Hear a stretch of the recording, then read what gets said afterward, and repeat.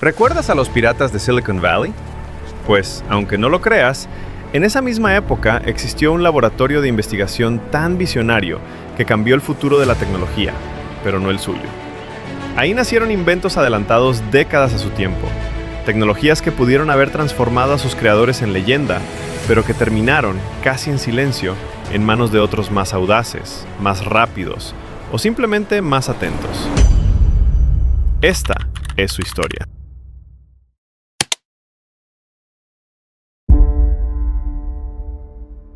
Imagina California a principios de los años 70. Palo Alto aún no es sinónimo de Silicon Valley. Es solo una ciudad tranquila, rodeada de campos y garajes, donde algunos locos sueñan con computadoras. Y sin embargo, en un edificio gris, discreto, lejos del brillo de las grandes sedes corporativas, un grupo de científicos estaba diseñando, casi sin saberlo, el futuro entero de la informática personal. Ese lugar se llamaba Xerox PARC, Palo Alto Research Center, un laboratorio de investigación creado por una empresa que todos conocían por una sola cosa: las fotocopiadoras. Xerox había dominado el mundo con la copia en papel, pero empezaba a sospechar que el papel, algún día, no sería suficiente. En este laboratorio, escondido entre árboles y pasillos modestos, nacerían tecnologías que hoy consideramos obvias: el ratón, la interfaz gráfica de usuario con ventanas e iconos, la idea de que cada persona podría tener su propio ordenador en el escritorio, el texto que se ve en pantalla exactamente como se imprimirá, las redes de computadoras, las impresoras láser, la programación orientada a objetos.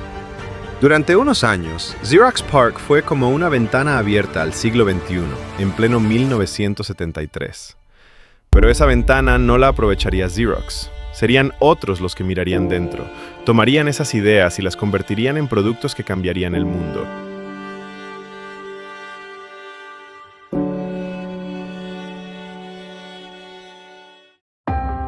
A finales de los 60, Xerox era una empresa rica y segura de sí misma.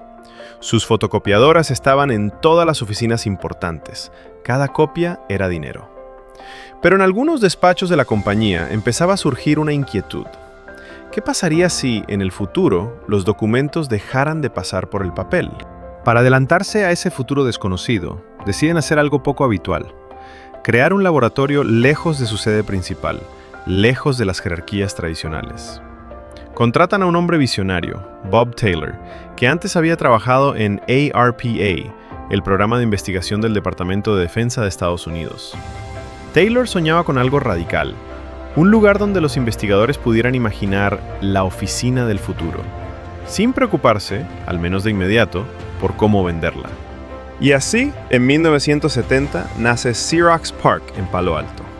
Llegan mentes brillantes de todas partes: Alan Kay, Butler Lamson, Charles Simonyi, Adele Goldberg y muchos otros nombres que, aunque no sean famosos para el gran público, definieron el mundo digital actual. La libertad en PARC era casi absoluta. Pocos trajes, pocas corbatas. En lugar de reuniones interminables, había pizarras llenas de diagramas, cables colgando, prototipos armados a mano.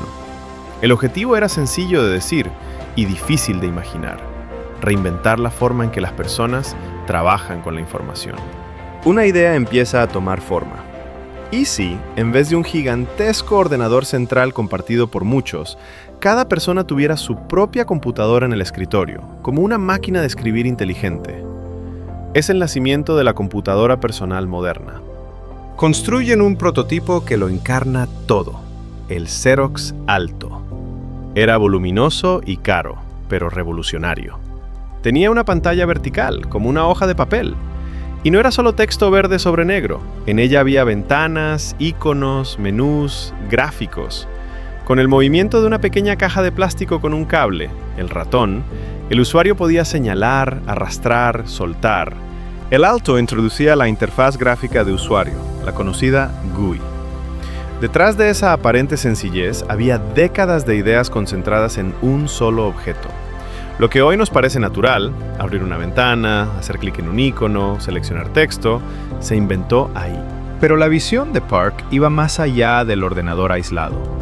Inventan Ethernet, una tecnología de red que permite que múltiples computadoras se conecten entre sí y compartan información a gran velocidad.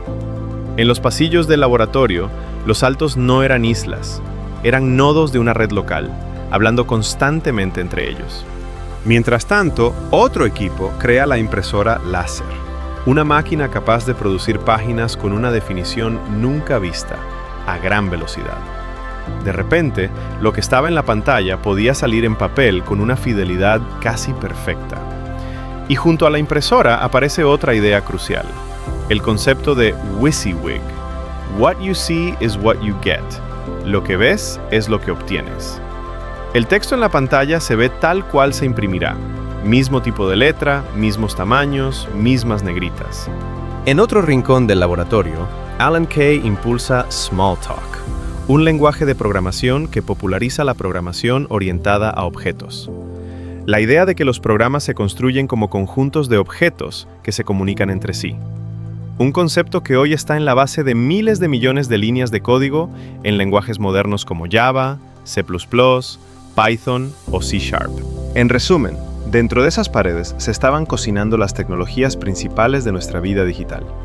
La computadora personal como herramienta individual, la interfaz gráfica de usuario con ventanas, iconos y menús, el ratón como extensión de la mano, Ethernet y las redes locales, la impresora láser y la publicación electrónica. El concepto de What you see is what you get, la programación orientada a objetos con Smalltalk. Pero había un problema. Mientras en Palo Alto el futuro se volvía cada vez más claro, en la sede central de Xerox, al otro lado del país, reinaba otra mentalidad. Allí se pensaba en contratos de servicio, en alquiler de copiadoras, en grandes cuentas corporativas. Era una cultura diseñada para vender máquinas de papel, no para imaginar mundos digitales. Cuando los investigadores de PARC intentaban mostrar lo que habían creado, muchos ejecutivos simplemente no lo veían. No sabían cómo encajarlo en su modelo de negocio. Un ordenador personal parecía un juguete caro. La interfaz gráfica, una curiosidad. Ethernet, algo útil, pero ¿para qué exactamente? Esa brecha cultural se haría evidente con una visita que cambiaría la historia. En 1979, un joven empresario llamado Steve Jobs, de una pequeña empresa llamada Apple, entra en Xerox PARC. Gracias a un acuerdo comercial, Xerox recibe acciones de Apple a cambio de permitirle a la compañía echar un vistazo a sus investigaciones. Los ingenieros de PARC encienden el alto, muestran ventanas, iconos, menús, el ratón moviéndose con suavidad. Muestran cómo el texto se edita en pantalla tal y como aparecerá impreso. Jobs se queda en silencio y luego empieza a hacer preguntas sin parar. En su mente, algo encaja de manera inmediata. Esto no es un juguete, es el futuro del ordenador personal para todos. Mientras muchos en Xerox veían solo un prototipo caro, él veía el corazón de lo que serían el Apple Lisa y luego el Macintosh. En las oficinas de Xerox, la interfaz gráfica y el ratón eran tecnologías brillantes sin un relato comercial claro. En la mente de Jobs se convertían en un producto con una historia poderosa, un ordenador para el resto de nosotros. No fue el único en inspirarse en esas ideas. Bill Gates y otros pioneros también entendieron el valor de las ventanas, los iconos, el ratón y los entornos gráficos. Microsoft terminaría llevando estos conceptos a millones de personas con Windows. Xerox había financiado la creación del mapa del tesoro, pero otros serían los que seguirían ese mapa hasta la verdadera fortuna.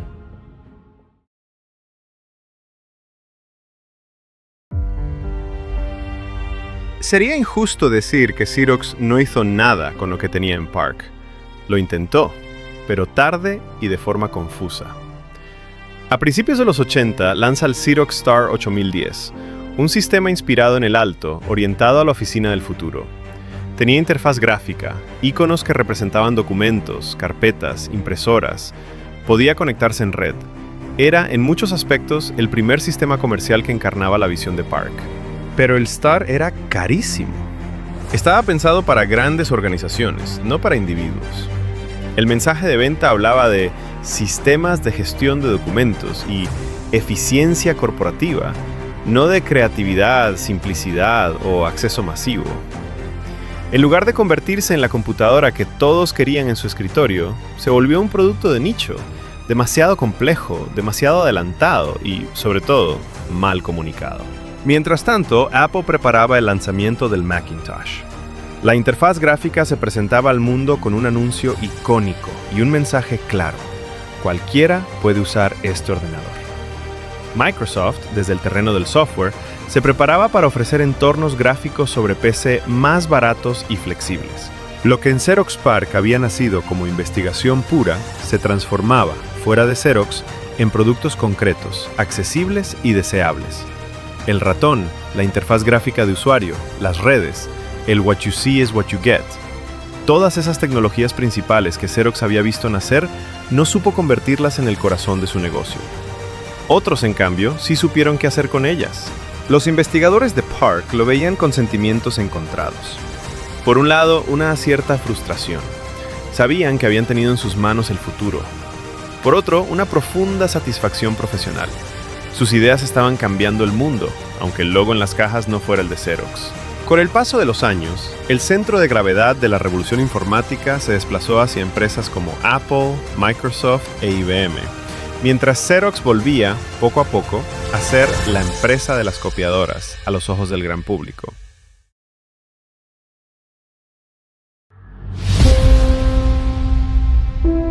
Hoy, cuando enciendes tu computadora, mueves el ratón, abres una ventana, haces clic en un icono, imprimes un documento en una impresora láser o programas en un lenguaje orientado a objetos, estás usando fragmentos de Xerox PARC, aunque no lo sepas. Ese edificio discreto en Palo Alto fue, durante una década, un punto de inflexión silencioso. Demostró algo incómodo pero fundamental: inventar el futuro no basta. Hace falta también saber reconocerlo, apostar por él y atreverse a abandonar lo que hizo grande a tu empresa en el pasado. Xerox eligió seguir viendo el mundo en papel, mientras sus propios investigadores ya lo veían en píxeles. Esa tensión entre la visión técnica y el miedo corporativo convirtió a PARC en una leyenda y en una advertencia. Algunos de sus inventores siguieron adelante en otras compañías, llevando con ellos las semillas de nuevas revoluciones. Otros se quedaron, viendo cómo su laboratorio cambiaba con los años, adaptándose, sobreviviendo, pero nunca volviendo a concentrar tanto poder transformador como en aquellos años 70. Sin embargo, la pregunta persiste, flotando sobre su historia. ¿Cuántas veces, en cuántos lugares, hemos tenido el futuro frente a nosotros sin reconocerlo? Xerox PARC nos recuerda que las grandes ideas pueden nacer en silencio y morir en una sala de juntas, o renacer en manos de quienes se atreven a apostar por ellas. Y así, mientras la pantalla se oscurece y el cursor parpadea por última vez, entendemos que el legado de Xerox PARC no es solo tecnológico. Es también una lección sobre la fragilidad de la visión, la importancia de la ejecución y la necesidad de escuchar, en el ruido del presente, los ecos del futuro. Vaya dato.